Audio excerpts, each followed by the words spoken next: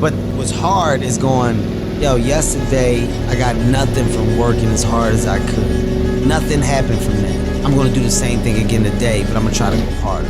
That's the hardest thing in the world. To get up every day and give 100% and be in the same position that you were each day, but mentally know that you're trying and trying and trying. That's a real grind. So just put Harper down. We'll try to get a couple things done. Keep an eye on the news. We got this leftover hurricane moving through here, and it has been producing a couple of circular storms, meaning tornadoes. Tornado just touched down maybe 5 minutes up the road. So we're just keeping an eye on everything. But I'm gonna try to get some stuff done down here. Not too worried about it. When you grow up on the coast, you deal with tornado warnings and hurricanes all the time. All right, so we're gonna move this regulator. We got our rails put in. With our new injectors on both sides. Now our regulator was mounted right here. It just had one bolt in there and it was wedged underneath here. It was a rush job.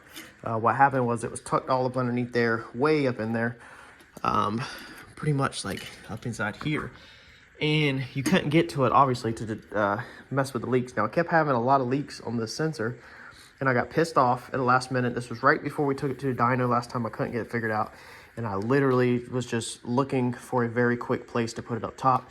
And so I literally just chunked it up there, managed to route all the lines, and it's been rolling right there ever since. But it's always bothered me because it's kind of upside down. So it's not like that. That would probably hit the hood, but I've just never been happy with it. So what we're gonna do is I have come right here and I have drilled 2 tiny holes in my alternator bracket, and we are gonna just bolt it up right here basically on the front.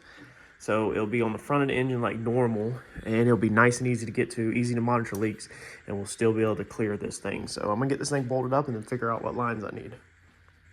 All right, so we got this changed all up. It's looking good. I like that. I really like that. So we were able to reuse that line right there, catch the banjo. Of course, we got all 3 other banjos hooked up there to banjo bolt O-ring ANs.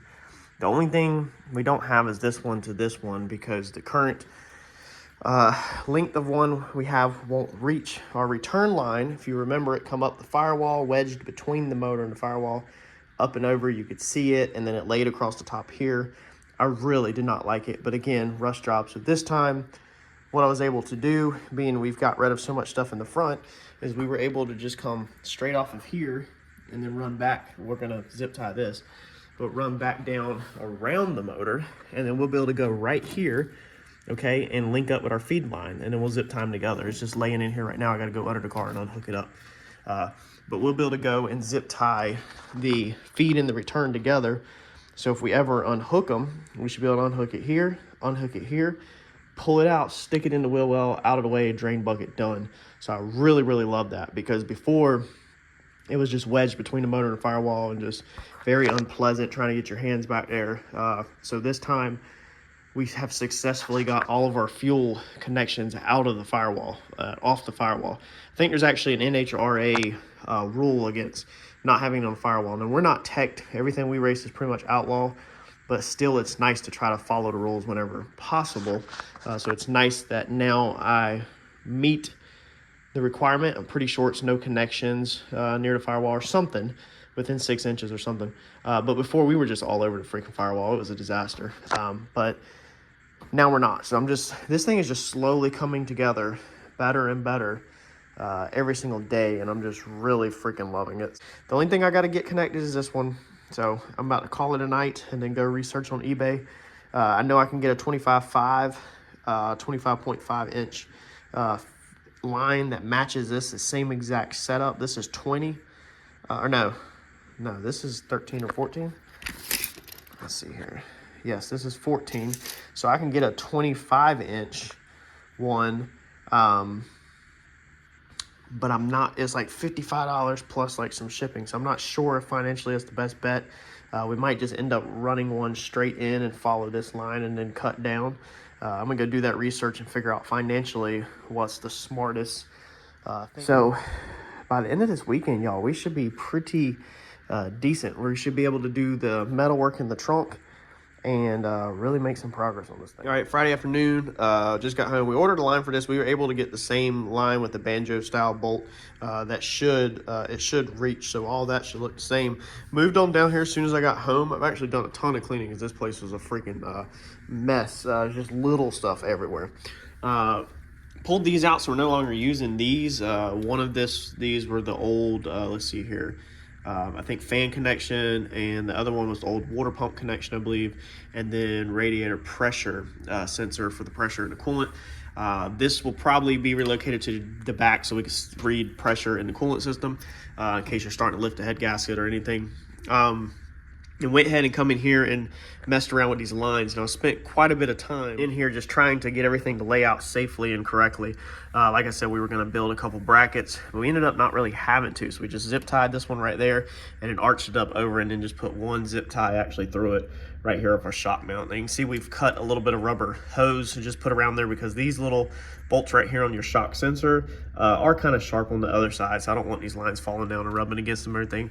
And we also was able to pull our return line in with it and zip tie them all together really good. We don't want this thing to move. I'd rather not have all the millions of zip ties all over it, but I feel confident that it's not going to move at all. And then we were able to make a bracket here, just reutilize some stuff, and actually reutilized a bracket I think was originally from this car from '74. So that bracket right there with the rubber around it is actually for like a heater core line on a firewall or something, and it's pretty strong, curves around, and that's going to keep the hoses back in that corner so that they don't get near the steering shaft.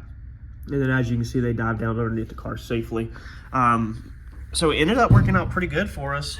You can see we got plenty of room on the steering, so I don't have to worry about hitting that or anything. They're routed away from the headers, and they tuck back around to where the transmission is. So that worked out good. We went underneath the car and started securing them up underneath there.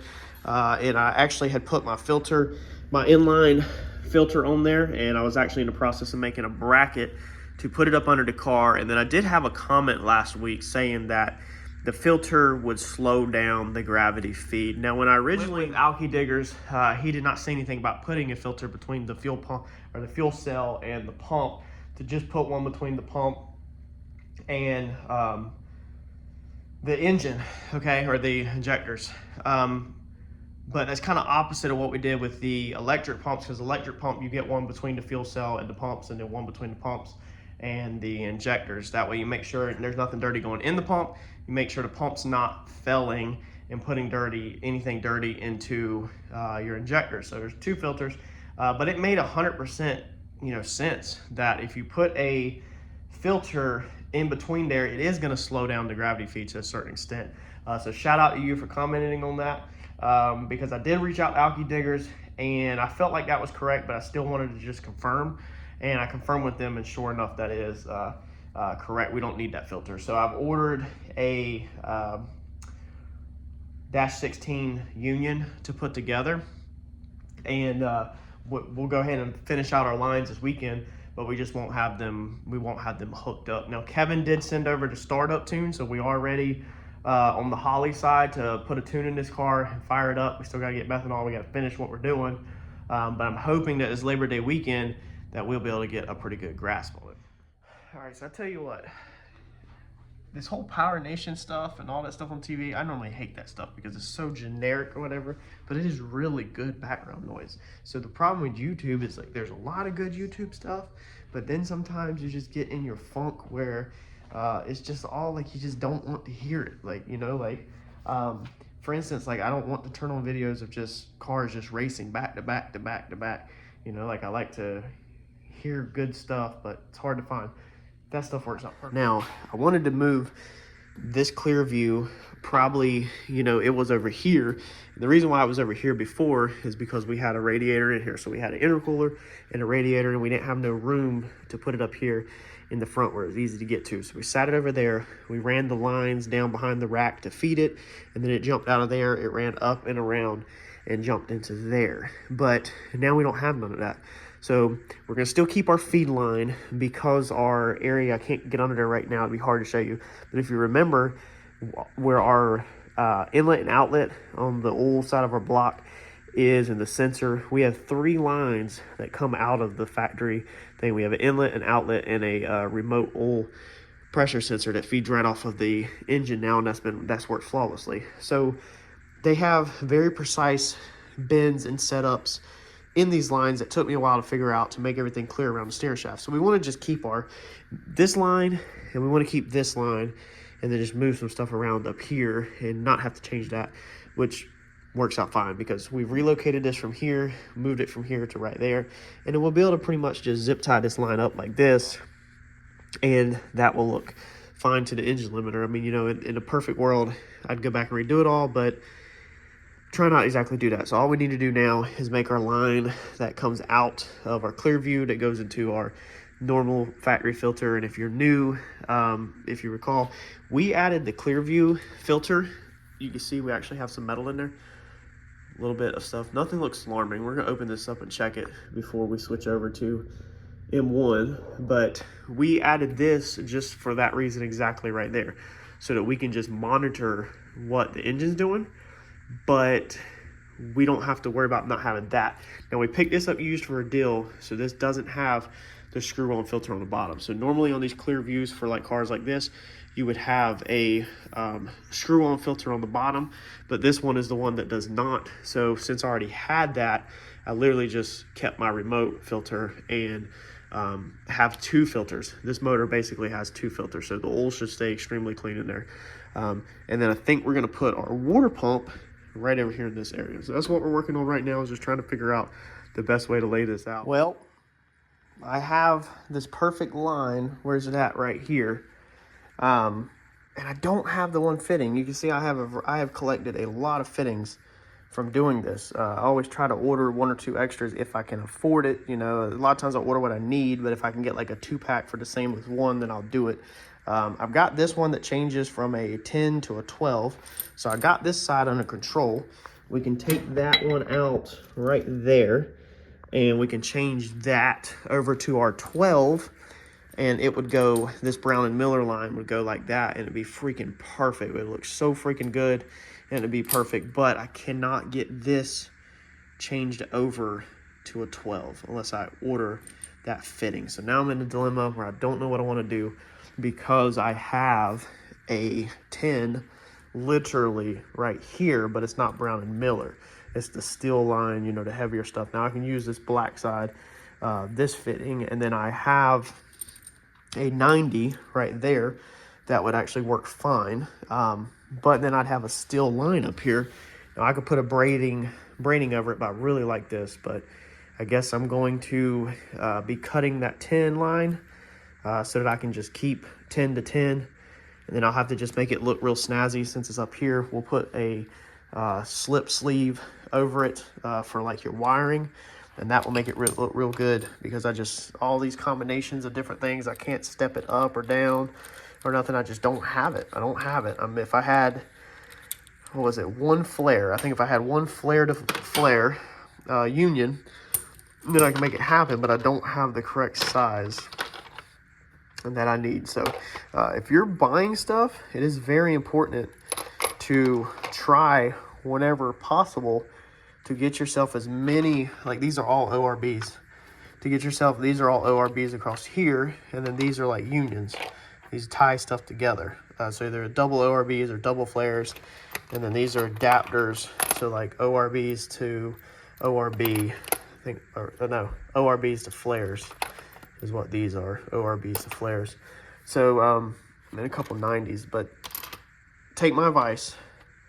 Anytime off eBay or Amazon that you can get fittings, it's the price of 2, for the price of 1, 2 or so, do it, because this is perfect whenever you have all of these lines. Like, I mean, I've been collecting, making changes, and I don't sell my lines. Like, you know, I mean, I might sell the big stuff, but like, I've got a box now, and I don't have another 10 to 10, I don't think. I think this one might be, I don't know if this is a 10 or a 12. Let's see.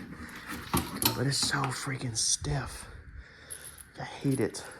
If that's a 10, we might just cut this one up so we don't have to cut the long ones up. This one don't match anyway. But anytime you can collect yourself lines and stuff, collect them. Because when you go to change, then that's what makes, you know, it so that it's not so hard on your pocket, and you can just keep making changes. Are you fixing it? Yeah. Show me what's wrong with it. Why does it have loggies? Them are threads. That's where the lug nut goes on.